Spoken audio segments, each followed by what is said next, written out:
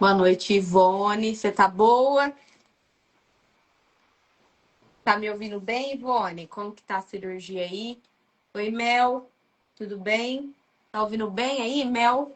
Fala pra gente, porque eu não sei o que tá acontecendo com esse Instagram. Não sei o que tá acontecendo com essa internet. A gente é Fala mais pra mim. brasileira e não desiste nunca, Vamos entendeu? lá, vamos lá. Essa live vai sair, gente. Vamos lá, Mel, você tá me ouvindo bem? Então tá bom, tá ouvindo bem. Então vamos orar para que continue, porque essa realmente vai ser a última vez. Bom, gente, então sejam todos bem-vindos. Eu sou a Mônica, essa é a Kate. A Kate vai se apresentar novamente para nós. Quem é a Vamos lá. Kate? Gente, eu sou a Kate, eu sou mãe do Theo, do Tório e do Tom. Quase um trava-língua, né? Eu sou casada com o Natan. E eu tenho, depois que o Theo nasceu, né, que é o meu mais velho, de 9 anos, eu tenho encabeçado mais ainda a questão de educação de filhos, né, que é um grande desafio para qualquer mãe, nos dias de hoje principalmente, e mais ainda por ser cristã, né, porque a gente não cria filhos para o mundo, né, nós estamos criando nossos filhos para o Senhor. Então é um grande desafio, uma responsabilidade, e aí eu tenho aprendido bastante e tenho tentado compartilhar isso lá no meu Instagram também, com outras mães, enfim, tudo que é bom a gente tem que, né, espalhar. Então eu tenho feito esse trabalho lá também, da nossa igreja também, com o Papo de Mãe, é o ministério da nossa igreja, que também a gente auxilia para que essa maternidade não seja solitária, seja algo gostoso, prazeroso e para a glória do nosso Deus, que é o nosso principal objetivo, né? Amém. Oi, Denise. Oi, Letícia. Oi, Luana. Sejam todos bem-vindas e, se Deus quiser, agora vai, hein, gente? Bom, então a Kate se apresentou e eu sou a Mônica, conselheira bíblica, trabalho aqui também na igreja com os adolescentes, fazendo discipulado. E tem também um trabalho na internet, onde eu me dedico integralmente ao aconselhamento para mulheres cristãs que lutam com pecados escravizadores. E a gente vai falar um pouquinho mais sobre isso aqui também. Mas, para a gente começar essa live e essa temática tão importante, que é a centralidade do coração, eu quero trazer uma definição, um conceito do que é a centralidade do coração. Né? Porque, às vezes, como cristãos, nós vemos que esse assunto não é muito falado. Né? Os mesmos cristãos que leem a Bíblia, às vezes, não entendem a forma certa de mudar. Qual é a forma certa de mudar? Se Deus nos deu um manual, que é a palavra de Deus, ele deu também o caminho para isso. E aí que entra a centralidade do coração. Marcos 7:21, Jesus vai estar lá com um diálogo com os fariseus e eles vão falar que eles estão, né, fazendo uma prática errada, impura, por comer sem lavar as mãos. E Jesus usa essa circunstância, essa situação, para ensinar essa teologia, nessa doutrina da centralidade do coração. Que o que é impuro não é o que entra no homem, mas o que sai dele. Porque a fonte da nossa vida é o coração. Provérbios 4:23 vai falar que tudo que se deve guardar, guarde o coração, porque é dele que procede as fontes da vida. Então, o coração ele é o centro de comando do cristão, é onde está as emoções, os desejos, os afetos, as vontades. É a nossa alma, né? A famosa psique, que as pessoas dizem, que exatamente a palavra psique significa alma, é o coração. Né? Então, a Bíblia define a centralidade do homem, a sede do comando é o coração. E é por isso que essa é a perspectiva, a cosmovisão correta para a mudança do cristão. Não é comportamento, não é educação positiva, não é o Freud, não é o Skinner, não é o Carl Roger, não é comportamental, é a centralidade do coração. E pensando nisso, nós duas vamos aqui explorar perguntas nas fases da vida. A Kate, nessa questão da maternidade, na educação cristã, e eu nessa questão de mulheres, né, na caminhada cristã, na santificação, como lidar, como aplicar essa verdadeira mudança nos pecados escravizadores. Então é isso, gente. Então, agora eu quero fazer uma pergunta para a Kate, né? A primeira pergunta é a seguinte: como você pode ilustrar para nós que funciona essa questão do coração, na questão da correção, né, da repreensão da criança? Como que funciona essa questão? Bom, a gente vai ter primeiro o comportamento ali, né? O comportamento ele vai denotar tudo que está dentro, né, do coração dessa criança. Nós adultos, quando nós sentimos algo a gente consegue ainda reprimir um pouco o nosso comportamento, mas a criança não. A criança ainda não tem essa maturidade, essa malícia, às vezes, para poder esconder algum, ou ter algum traquejo social nesse sentido de comportamento. Então, o comportamento da criança, ela vai mostrar de forma muito clara que algo está de errado no seu coração. E aí vai de nós, mães, né? Sondar esse coração da criança e, com o passar dos anos, ensiná-los também a sondar o próprio coração. Porque isso é muito importante. Então, o coração, ele vai... Uma birra, por exemplo, ela vai mostrar que algo está errado ali naquele coração. Não é simplesmente um comportamento errado. É algo que o coração, algum sentimento ou algum pecado, né, de fato, que a criança está estimulando ali. Até um tempo atrás aconteceu aqui em casa um episódio no qual as crianças estavam brincando e de repente tretaram lá, começaram uma briga. Um jogou o brinquedo no outro, enfim. Aí eu fui perguntando por quê, porque você vai sondando o coração com os porquês, né? E aí a gente vai perguntando, mas por que você jogou o brinquedo no seu irmão? Ah, porque ele pegou meu brinquedo. Tá, mas por que que você jogou o brinquedo no teu irmão? Só isso justificaria? E aí foi indo até que ele falou: ah, porque ontem ele me xingou, ele chamou de chato. Então, o que que tinha ali? Era só jogar um brinquedo? Não, era uma raiz de amargura que estava sendo cultivada ali, porque ele não perdoou o irmão. E eu lembrei do episódio, até falei pra ele, falei, mas o seu irmão pediu perdão pra você ontem. E você havia dito que tinha perdoado. Então, às vezes é uma coisa boba que a mãe no dia a dia acaba deixando passar, porque, ai, criança joga brinquedo mesmo no outro e tá tudo bem, mas a gente tem que estar atenta, que são pequenas raízes de pecados que vão se solidificando ali naquele coração e que se a gente não se atentar e matar o mal pela raiz, pode causar grande consequência para a vida adulta deles, né? Muito bom, verdade. E quando a gente fala disso, né, às vezes nos nossos encontros do Papo de Mãe, eu reflito muito na minha infância. Eu falo, nossa, como verdadeiramente isso aconteceu no meu coração. Eu Sim, consigo lembrar de episódios em que essa raiz ela foi sendo cultivada de pecados que se tornaram hábitos pecaminosos sim. e depois se tornaram algo muito grande, É, onde depois que eu me converti, eu tive que lidar com tudo isso. Então, exato. eu olho e eu falo, Deus, quando o Senhor me der filhos, eu quero poder aplicar, porque isso é maravilhoso, Sim. né? Matar na raiz e a criança crescer livre, né? Nesse sentido. Kate, uma pergunta que eu queria te fazer, que é aquela frase famosa, né? Hum. Faça o que eu falo. Como que é mesmo? Faça o que eu falo, não Falo, faça não o que eu faço o que eu faço. faço. Como essa frase a longo prazo pode atrapalhar essa questão, né? Pensando até na questão da educação positiva, porque na educação positiva você também vai lá, fala uma coisa e você realmente faz aquilo também? E aí, fala pra nós. Vai gerar uma grande incoerência, né? Para começo de conversa. E a gente percebe isso nas pequenas coisas. Então, a criança, ela vai estar o tempo todo nos observando. A gente é um grande exemplo, né? Tem um outro ditado que fala assim, que a palavra, ela ensina, mas o exemplo, ele arrasta, né? Então, assim, a questão da disciplina positiva, ela vai muito ligada ao comportamento.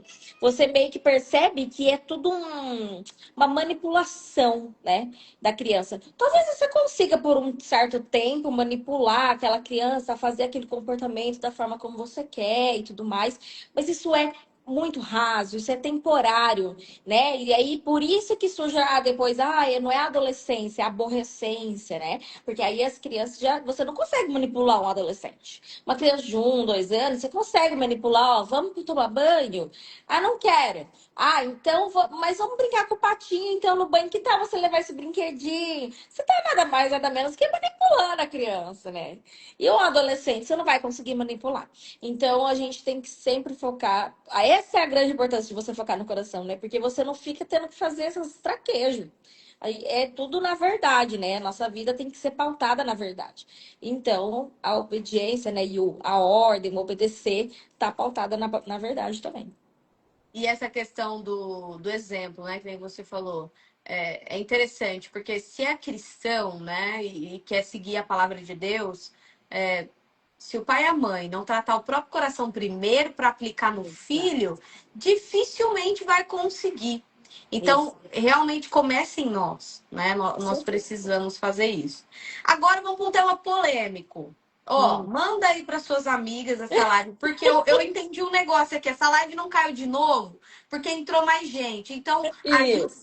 A Luana, Pedrão, Maria, Favarel Temaqueria, a Jane, a Janine. Manda para os amigos Manda. aí, porque não caiu a live de novo, porque entrou mais gente. Então ajuda para que a Sim. gente não tenha que voltar, porque olha, nós somos guerreiras, nós tentamos 6 vezes para Foi. essa live funcionar. Manda aí, Carola, ajuda a gente.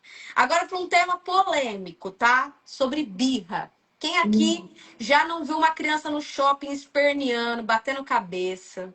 Quem aqui já não viu uma criança no supermercado, em algum lugar, fazendo a mãe e o pai de gato e sapato, e eles com aquela cara de tacho? Então agora nós vamos entender a birra na perspectiva bíblica, certo? Isso. Quando uma criança tem um episódio de birra, ok, Hum. o que está acontecendo no coração dela? Assim, nós fomos criadas, né? Todos nós fomos criados para adorar a Deus, né? Deus colocou em nós esse coração adorador. Mas, né, pecadores que somos desde que nascemos, né? Porque não existe criança neutra, né? Aquela questão do coração neutro quando a criança nasce. Não, a Bíblia é bem clara que nós nascemos pecadores.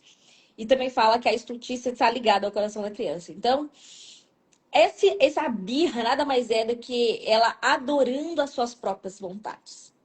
O coração da criança, ele é feito para adorar. Só que se ela ainda não aprendeu a adorar somente a Deus, ela vai colocar algo no lugar. Isso é fato. Isso é desde pequena a gente percebe. Então, ela quer um brinquedo, ela tá na loja esperneando, né? Geralmente é loja de brinquedo, porque é enlouquecedor mesmo. E aí ela quer aquilo na hora dela, do jeito dela e para ela. Então, aquilo nada mais é do que uma adoração às suas próprias vontades. E isso é uma idolatria no coração da criança, no qual a gente tem que matar esse mal pela raiz, esse pecado, né? E a gente vai fazer isso sondando esse coração. Administrando da melhor forma a disciplina, né, bíblica. E a birra, ela... Você também é uma abordagem boa para a birra, é a questão do porquê. Por que você está chorando por conta disso? Controlar a criança no sentido assim, né, de você conversar. Não adianta a gente se irar, né? A gente nada mais vai estar se colocando no lugar, no mesmo patamar que a criança, né? Eu sei que não é fácil, né? Na hora que a criança começa a fazer birra em lugar público, meu Deus do céu, só quem é mãe sabe que, né, já passou por isso, né? O suor da escola. Mas, assim, a gente tem que manter a nossa maturidade, né? A gente tem que manter a nossa autoridade perante a criança e agir de forma a trazer a criança para o centro que é Cristo, que deve ser Cristo em nossa vida, né? E aos poucos a gente vai ensinando eles a administrar esses próprios desejos, né? Esses ímpetos do coração deles. E Mas aí, a gente... pensando nessa questão da birra, a gente vê aí a disciplina positiva falando muito sobre essa questão de acolhimento, né? Que a birra é uma falta de compreensão das próprias emoções, do que está Uhum. acontecendo, né?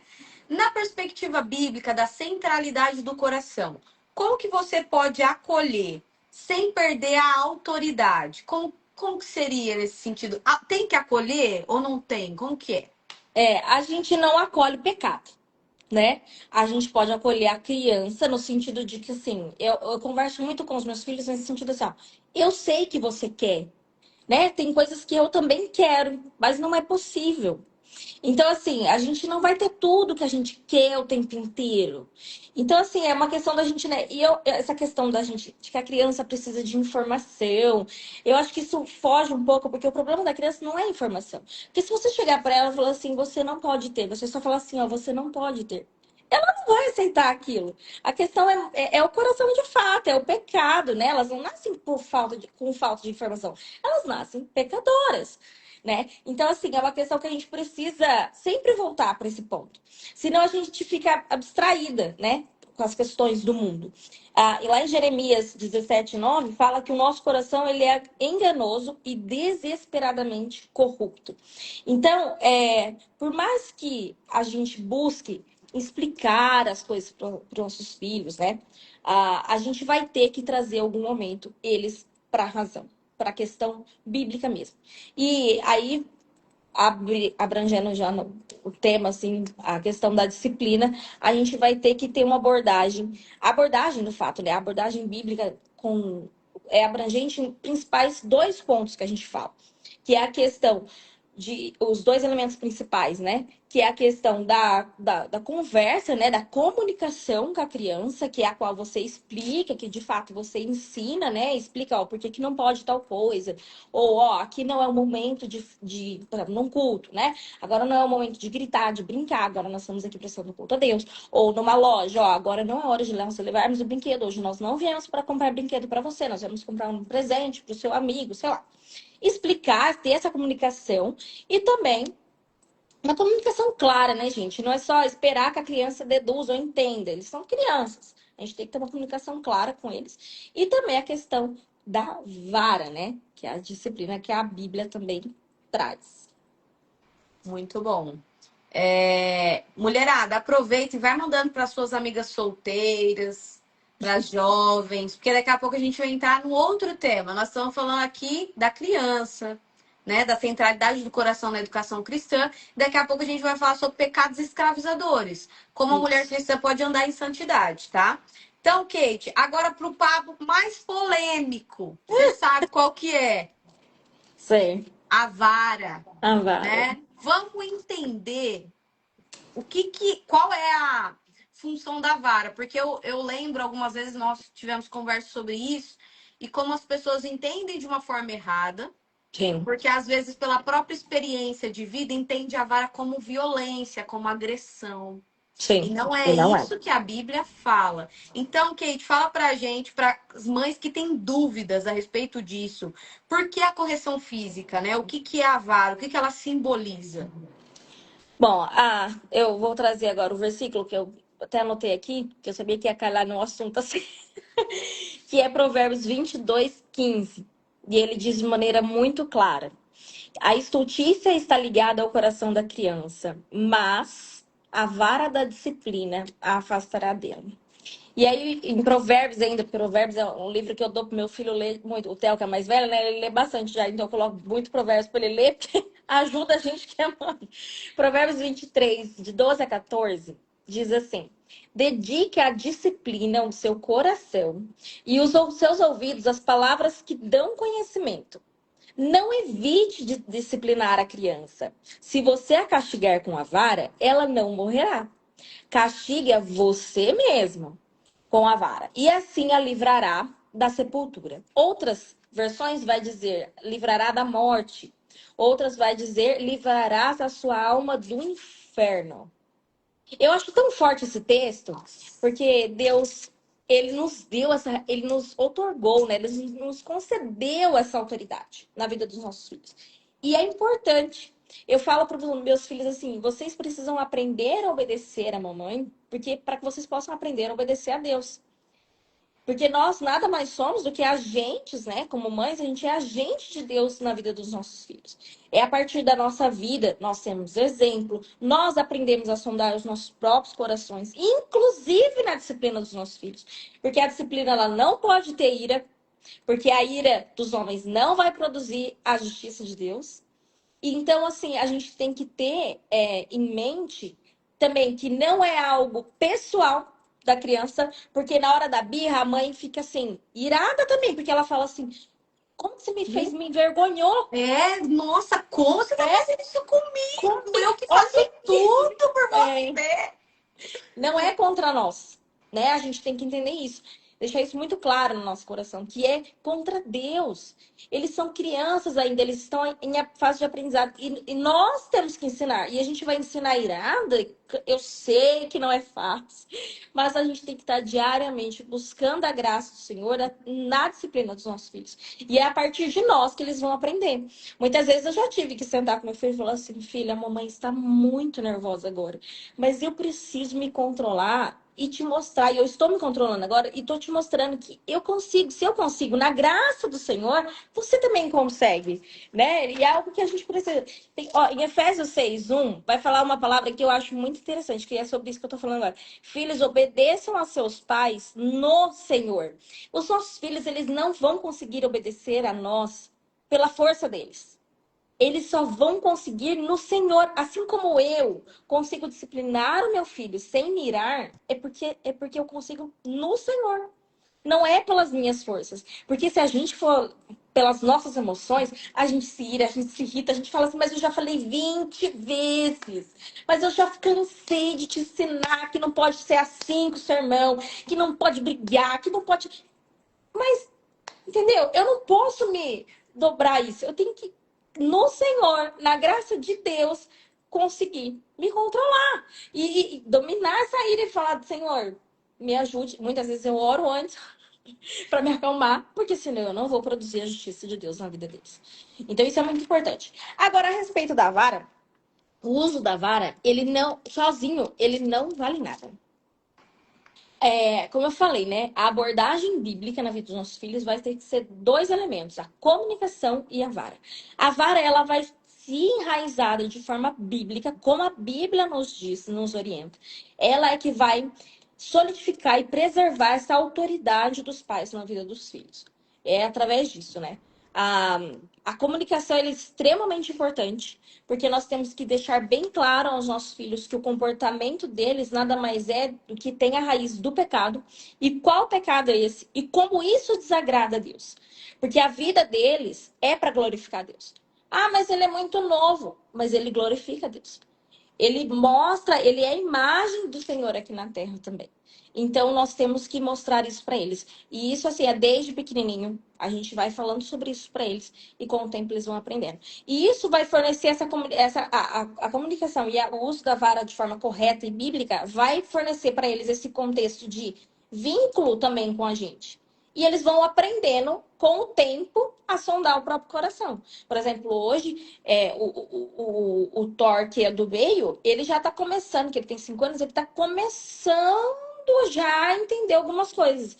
Mãe, eu fiz isso porque eu tava nervoso. Aí eu falei, então tá, mas por que você tava nervoso? E assim vai. O Theo, já com 9, ele já super sabe. Ele falou, ó, eu fiz isso por causa disso, eu tava com isso no meu coração, eu orei já, pedi perdão pra Deus, tô pedindo perdão pra você. E é legal isso. Mas, mais uma vez, o nosso exemplo é que vai ser muito importante também na vida deles. E pensando nessa questão do coração da mãe, em relação a como vai disciplinar, corrigir, uma coisa importante que eu tinha esquecido de comentar é a cosmovisão da mãe em relação ao filho, biblicamente. Por quê? Qual que é a visão que a maioria tem? Acho que, assim, praticamente, assim, sei lá, 90% é que a criança é boa. Não. A criança nasce boa. E a Bíblia vai falar que nós nascemos no pecado. Nós ainda não cometemos. A criança ela não comete pecado naquele momento que ela nasce. Mas ela já Sim, nasce com o DNA do pecado por causa de Adão e Eva. Todos sim. nós. Ninguém é bom. Não. Ninguém é bom. Romanos 3 vai falar que todos caíram e foram destituídos da glória de Deus. Uma criança é fofinha, lindinha, tudo, gente, é. Mas é pecador. Transgride a lei de Deus. O seu desejo está para o coração, para os desejos desordenados, para a Exato. queda. Então, não tem como a gente idolatrar a criança. E aí, falando no coração da mãe, às vezes tem mãe que idolatra o filho. Por Sim, quê? Porque ou quis muito ter, ou então teve muita dificuldade, enfim, por dependência emocional, enfim, várias coisas. E sim. aí não consegue corrigir a criança porque não consegue perceber o pecado. E Exato. isso é uma falta de cosmovisão bíblica de Exato. nós mesmos e das crianças que não é boa, né? Sim. Mas, enfim, você já tinha respondido a minha última pergunta. Você Ah, acabou. Foi da vara e a última era o coração da mãe. Aí você falou que não deve corrigir com ira, né? isso, Então isso. você já respondeu a última pergunta. Agora, pessoal, nós vamos para uma segunda rodada de perguntas, mas com esse tema da centralidade do coração, voltado para você que é adulto. Homem, mulher, não importa. Se você tá aqui, se você namora, é casada, é solteira, é adolescente, é jovem, nós vamos falar da centralidade do coração pensando nos pecados escravizadores, tá? Então a Kate vai me auxiliar aí com algumas Sim, perguntas importantes. tem. Fica aí, Vamos lá. manda pro pessoal essa live, hein, gente, para não cair. Vamos movimentar aí. Então, uma pergunta que eu ia te fazer é a questão assim, ó. Nós estamos aqui, eu vou partir do princípio que somos mulheres que amamos a Deus. E mesmo amando a Deus da forma que nós amamos, por que que tantas mulheres se sentem presas nesse ciclo, né, de pecado escravizador? Que nem fofoca, né? Toda mulher gosta de uma fofoquinha. Às vezes uma pornografia, ou algo, ira, né? Que a gente falou aqui como mãe também. O que você acha que acontece para esse coração, né? Tá sempre sentindo assim, às vezes a gente se sente tão impotente, né? A gente fala, poxa, mas eu amo a Deus, eu tô tentando, mas eu caio de novo nisso e parece que é um ciclo que eu não consigo romper. Por que você acha que acontece isso? Uma coisa importante antes da gente pensar nisso é os pecados escravizadores, eles são esses ciclos repetitivos, né? Então é aquele tipo de pecado, gente, que você comete, pede perdão a Deus, fala que nunca mais vai cair, daqui uma semana, daqui 15 dias, você tá de novo no mesmo ciclo repetitivo e isso te desanima na fé. Temos vários, mas pensando aí, por que que a pessoa ama a Deus, né? Que nem a Kate falou, mas continua vivendo isso? Exatamente por conta do que nós estamos falando aqui, a centralidade do coração. Porque não tem a ver com amor a Deus, tem a ver com um desejo desordenado do coração. Porque, pensa só, se você ama a Deus, você vai obedecer. E você vai mortificar pecados. Jesus falou no Evangelho de João, aquele que me ama obedece. Então, o amor a Deus não está ligado a sentimentos, mas a prática. Tiago fala que aquele que pratica, ele encontra a liberdade. Então, se você fala que ama a Deus, a sua prática tem que condizer com isso que você está falando. Só que você não consegue porque o seu coração tem um ídolo sentado no trono dele, que muitas vezes não é o Senhor, é o conforto, é o prazer, que vai ser a raiz desses pecados que a Kate citou. Então, você tem um coração dividido. Porque se você amasse a Deus verdadeiramente e obedecesse, mortificasse os pecados, você não iria viver um ciclo de pecado escravizador. Você ia mortificar, renunciar e ponto final. Só que o começo de transformação, da mudança bíblica, começa nesse momento de você reconhecer que você tem um ídolo e que o seu coração é dividido. Que o seu coração não leva uma adoração completa só a Deus. Ele é uma adoração aos seus próprios prazeres. Por isso que as pessoas buscam o refúgio na comida, no sexo, na pornografia. Às vezes guarda a amargura de uma forma repetitiva. Então é isso, não é uma questão de amor a Deus, porque se fosse verdadeiramente amor a Deus, a prática ia condizer. Sim, verdade. E aí a gente percebe assim que por conta de ser, querendo, pecados como pornografia ou alguns outros pecados que às vezes a gente camufla um pouco, não é algo tão explícito assim, muitas mulheres acabam lutando sozinha, né? E aí elas acabam falhando nisso, enfim, é aquele ciclo como a gente já comentou. Por que que é tão difícil a gente vencer essa tentação de apenas na força da vontade a gente não conseguir? Onde que, talvez o aconselhamento, né, que é a sua área aí, onde que o aconselhamento pode mudar essa dinâmica e quebrar esse ciclo, Mônica? É muito interessante porque eu gosto daquele texto de Paulo que ele fala em Coríntios que o poder de Deus se aperfeiçoa na minha fraqueza. É quando eu tô fraco que eu tô forte, porque é o poder de Deus que vai me dar a capacidade de lutar contra um pecado escravizador. Quando eu fico no campo da minha força de vontade, da força do meu braço, você está centralizando acabar com o pecado no seu próprio eu. É verdade. E nós nunca vamos conseguir vencer o pecado centralizados em nós. E isso é um pouco do que a gente ouve das teorias humanistas. Que você vai conseguir, você tem uma força dentro de você. E a centralidade do coração, a palavra de Deus, vai falar o contrário. Que nós somos fracos, limitados. sem o poder de Deus é impossível. Então, nós temos 3 ferramentas que a Bíblia relata que podem nos ajudar, que é a palavra de Deus, o Espírito Santo e a igreja local. Uma pessoa que está sozinha, no escuro, escondendo pecados, ela não vai ter uma comunhão completa com o corpo, ela vai andar na escuridão. E eu costumo falar essa frase, que a escuridão é o alimento perfeito para esse tipo de pecado. Quanto mais você anda na escuridão, no anonimato, sem se expor e buscar ajuda, mais você está alimentando um pecado escravizador, que é um ídolo do coração. E cada vez mais você vai se descendo na espiral de degradação, chegando no fundo do poço. Se você não tem alguém que te aconselha, que te acompanha para te ajudar a identificar esse processo, como ele acontece no seu coração, como você falou que você faz com seu filho. Aconteceu uma situação, o que você faz? Perguntas importantes para ele entender o processo do pecado no coração dele.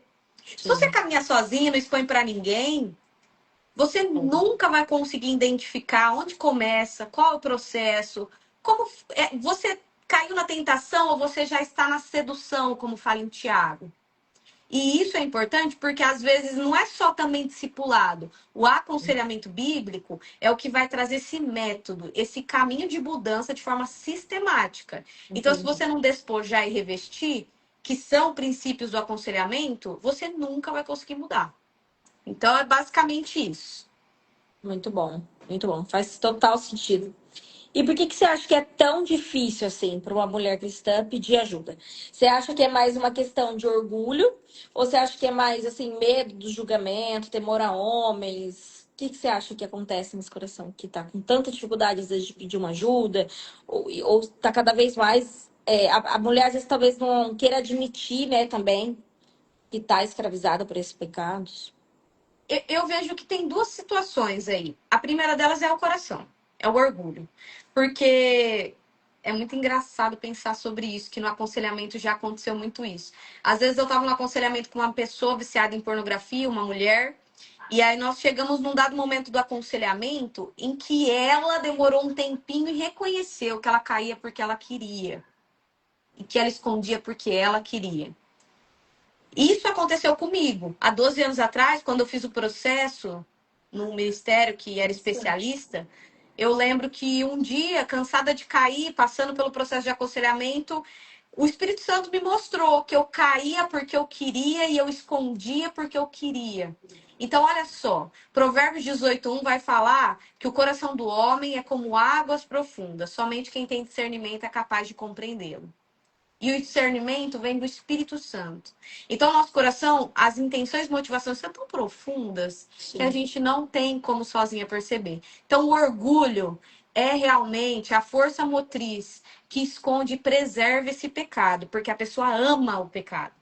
Agora, segundo ponto, é uma questão que é uma realidade. Na igreja local, não é toda a igreja que vai ter uma capacidade de lidar com esse tipo de pecado. Eu já recebi pessoas no aconselhamento que foram expostas para as pessoas de púlpito, às vezes em rodas, por ter confessado esse tipo de pecado. Então, existe sim uma realidade dessa dificuldade, mas ainda assim não é uma desculpa. Porque você hoje pode buscar diversos lugares para ter ajuda. Por exemplo, aqui nesse momento, nós estamos aqui falando disso, eu trabalho com isso especificamente. E tem inúmeros ministérios que trabalham. Então, acho que a dificuldade parte do pressuposto do coração, do orgulho, mas também tem essa dificuldade que você precisa buscar uma ajuda específica para você evitar o caminho errado de, às vezes, se frustrar e só piorar a situação. Perfeito, perfeito. E qual sinal que você poderia dizer, assim, como exemplo, que a gente. Sinal de alerta ali no coração dessa mulher, né? Que ela deve conseguir pedir ajuda e não consegue mais caminhar sozinha e ela precisa de talvez um aconselhamento individual, que eu acho que talvez seria o melhor caminho. Qual que seria talvez esse sinal de alerta, assim? Bom, o maior sinal de alerta é quando é recorrente. E é a falta de arrependimento que gera fruto, que gera mudança. Então é aquela coisa assim, a pessoa ela cai, ela pede perdão para Deus, mas ela não consegue caminhar na plenitude que Deus tem para ela. Então ela não consegue frutificar, ela começa a se isolar. das pessoas. Entendi. Ela começa a ter tristeza profunda. Esse tipo de pecado, ele cria um ciclo que as emoções da pessoa ficam deturpadas e pode levar até um nível Entendi. de uma depressão, de uma tristeza profunda. Então a pessoa se isola, ela começa a se esconder, ela não quer participar, ela não quer servir mais. Por quê? Ela começa a entrar dentro de si mesma, porque ela não está praticando mais os dois primeiros mandamentos, amar a Deus e o próximo. Então, Entendi. ela começa a ficar uma pessoa vitimista, tudo ela fica ofendida, tudo tão armando contra ela. E é aquilo, até pede perdão, mas não consegue andar em liberdade. E eu acho que o mais perigoso disso, Kate, é que uma pessoa que está num pecado escravizador, ela realmente fica cega e cauterizada. Romanos 1 vai falar isso. Que a pessoa ela chega num nível que ela tem pensamentos obscuros. Então ela começa a ficar cega do próprio coração, ela não consegue discernir.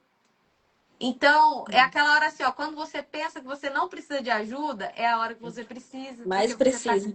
mas precisa porque você já tá cauterizada, porque um cristão que tem um coração humilde, que tá com o coração tá ali, ó, em dia com Deus, ele vai ser aquele coração assim, eu preciso sempre de ajuda. Eu vou buscar ajuda, eu vou me expor. Mas é aquela pessoa que tá lá, não, eu consigo, só mais dessa vez, eu vou, não, vou melhorar, vou fazer um plano bíblico, vou fazer um não, acabou. Você já tá partindo para ser entregue. E esse é o perigo, porque Romanos 1 fala que chega um ponto que Deus pode entregar a pessoa os seus desejos e ela acabou. Se Deus entregou, não tem mais solução. Se Deus não vai lutar por você, quem não vai ter mais ninguém. Então, esse é um ponto de perigo. Sim. É, a gente tem que ficar atento. Ó, e mais uma coisa. Quais são os pecados mais, assim, comuns que você costuma receber aí no seu aconselhamento, assim, que as mulheres talvez nem percebam? Às vezes é alguma coisa, às vezes talvez até imperceptível, elas não estão tão sensíveis como você falou, né? Tá mais cauterizada naquilo. Quais são os mais comuns que você costuma receber aí? Olha, como eu tenho testemunho nessa área da pornografia, parece muita mulher com problema na pornografia, mas às vezes não explícita. Já ficou alerta aí pra mulherada que tá assistindo. É. Às vezes é aquela coisa assim, assiste dorama, fica fantasiando na mente. Jesus falou em Mateus 5:27, que o adultério não é só de você ir lá e fazer, é quando você deseja no coração, já é pecado.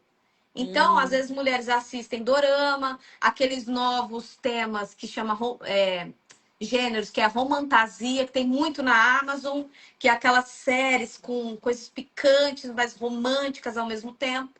E aí tá ali induzindo uma cosmovisão, tá alimentando um pecado no coração, mas ainda não pratica. Isso acontece muito. Outra coisa é a comida, né?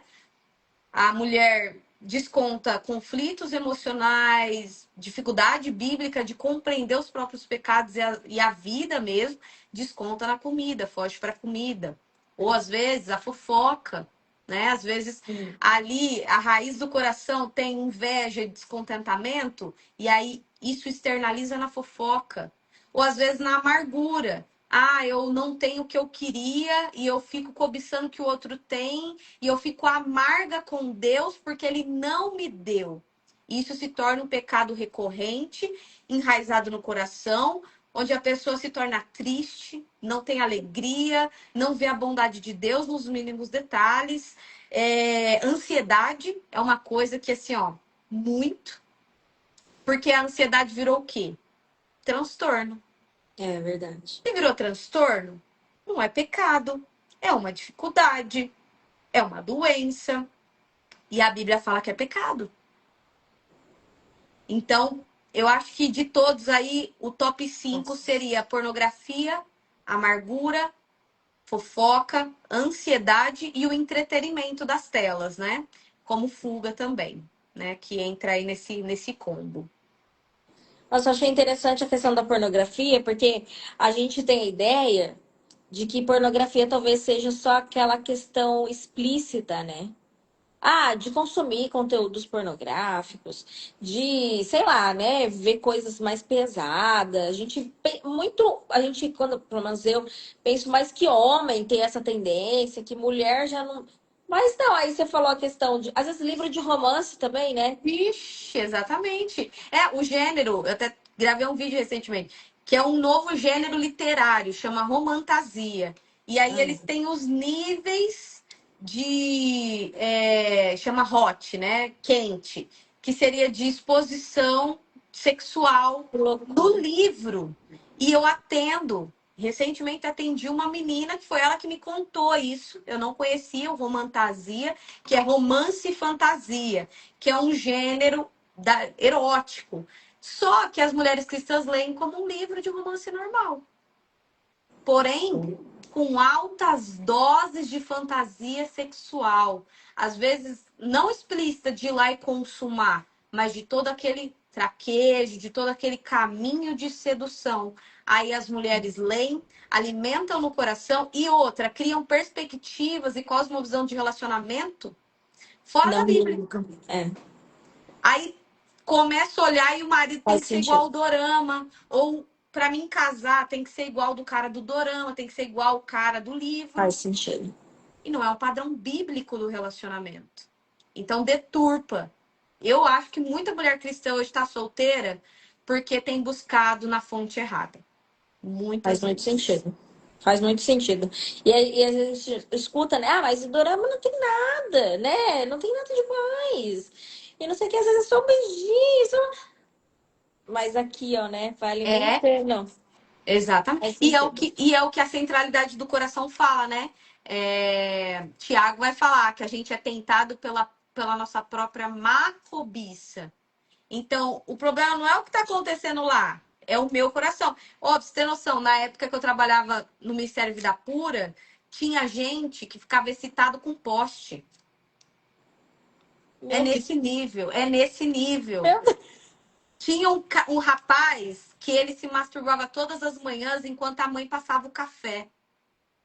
E aí, por causa do condicionamento do cérebro, toda vez que ele sentia o cheiro do café, ele ficava excitado. Que loucura. É um nível E não pesado. começou assim, né? Não começou assim, exatamente. Exatamente. Mas, enfim, eu Muito acho bom. que a gente vai partindo para o final, né?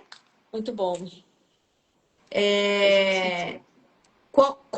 Como é profundo a centralidade do coração Demais. para todas as áreas da vida, para Demais. a educação dos filhos e para o nosso próprio coração, para quem é mãe, para quem já está se preparando para ser mãe, para quem é esposa, para quem é solteira, não importa a faixa etária. Alguma consideração final? Ai, minha amiga, olha, eu acho que a gente falou de tudo. Eu acho que, como mãe, né? Agora, puxando aqui pro meu lado, eu acho que, mais uma vez, a gente tem que colocar o nosso coração no trono de Deus, né? E pedir para Ele, para nós sermos exemplo demais, assim. E a gente sondar diariamente o nosso coração, né? Qual a minha intenção ao educar meu filho? Porque tem muito disso também. É para ele ser elogiado pelos outros? Ou é para a glória de Deus, de fato?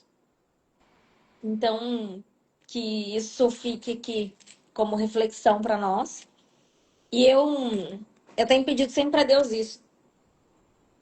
Essa essa reflexão para mim também, né? Que eu possa ser essa mãe que queira isso somente para a glória de Deus e que não seja para minha glória, porque eu sou uma boa mãe, porque eu não sou miserável que sou, pecadora que sou. Estou diariamente pedindo para Deus me usar através da graça dele. Amém. Amém. E é isso, gente. Sigam a Kate. Vocês que são mães, querem ser mães, aproveitem o conteúdo dela. E se você também precisa de ajuda para tratar o seu coração, me segue também. Acompanhe o Isso. conteúdo, o material. Estamos aí. Queremos agradecer a todos que ficaram até o final, que foram guerreiras conosco. Olha, Luana, Obrigada. Carola, Denise, Amanda, pessoal aí que Firme e começou forte. e ó, não saiu. Obrigado, gente. Deus Obrigada. abençoe. E é isso. Obrigada, viu, pelo convite, mais uma vez. Faremos mais. Então é isso, Tchau, gente. gente. Tchau, Obrigada. gente. Deus abençoe. Tchau, tchau.